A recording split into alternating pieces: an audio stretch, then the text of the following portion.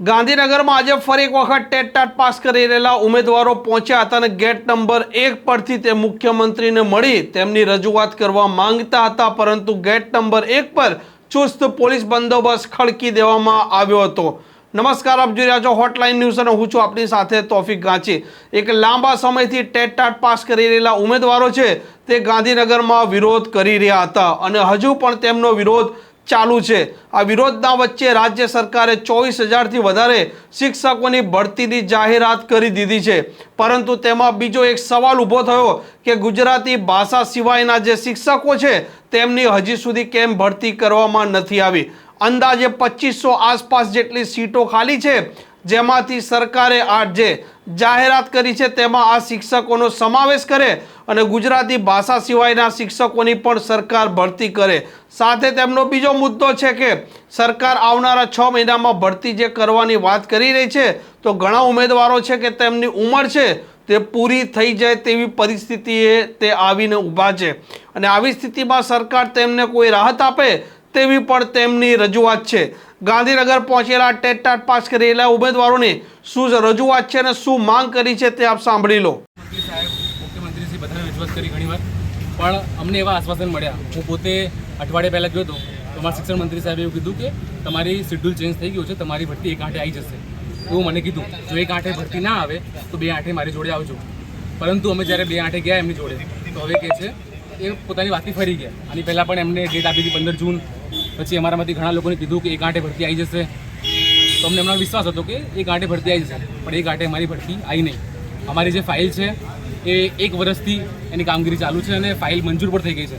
18/6ના રોજ એ ફાઇલ શિક્ષણ વિભાગે મંજૂર કરી દીધી અને જાહેરાત માટે ઓર્ડર આપી દીધો, પણ અત્યાર સુધી એની જાહેરાત અમારી ન્યૂઝપેપરમાં આવી નથી। એટલે અમારી માંગણી છે કે તત્કાલ સરકાર એ ભરતી જાહેર કરે અને સૌથી મોટો મુદ્દો છે ઉંમરનો। અમારામાંથી 19 જણા એવા છે જેમની ઉંમર જાય છે, તો સરકાર વહેલી તકે જો ભરતી જાહેર કરે તો એ લોકોને તક મળી જાય। અને સરકારને એવું લાગે છે કે અમારી ક્રમિક ભરતી જે મુદ્દો છે અને અમારા અન્ય માધ્યમમાં કોઈ પણ ક્રમિક ભરતીનો મુદ્દો જ નથી, એટલે સરકારની જ વિનંતી છે કે સત્વરે અમારી ભરતી જાહેર કરે। મારું નામ પૂજા શર્મા છે। અમે લોકો અન્ય માધ્યમની જે જાહેરાત અમારી મંજૂરી મળી રહી છે એ જાહેરાત હજુ સુધી સરકારે બહાર પાડી નથી, નોટિફિકેશન આવ્યું નથી। એ લોકો અમને રખડાવે છે ક્યારના, ગયા વર્ષથી જ અમને રખડાવે છે। પહેલાં આચારસંહિતા પહેલાંનું કીધું હતું કે ફેબમાં હું પોતે શિક્ષણ મંત્રી સામે રડી હતી કે મારો નાનો છોકરો છે, હું આટલા દૂરથી આવું છું, હું પોતે રડી ગઈ હતી। એમને મને સાંત્વના આપી અને કીધું હતું કે ચિંતા ના કરો બેન, તમારી ફરવરીમાં જાહેરાત અમે આપીશું। એના પછી આચારસંહિતા લાગી, આચારસંહિતાના પહેલાં પણ એ લોકો અઠવાડિયા સુધી અમને રખડાવ્યા અને ક્યાંથી તો વિડીયો પણ યુટ્યુબમાં આવી ગયા કે અન્ય માધ્યમની જાહેરાત આવે છે અને એ લોકો પોતે કીધું।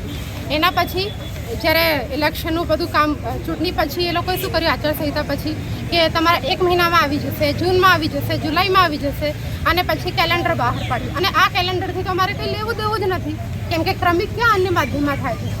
ઉર્દુ મીડિયમમાં, હિન્દી મીડિયમમાં ક્યાં થાય છે ક્રમિક? 9મા 10મા 11મા અમારે કંઈ લેવા દેવા એ લોકો છે નહીં।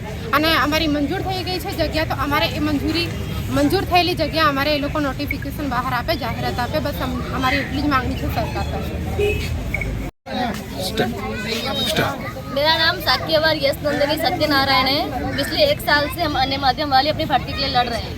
हमारे 1852 की जो भर्ती मंजूरी हुई है उसकी तात्काल भर्ती करनी चाहिए।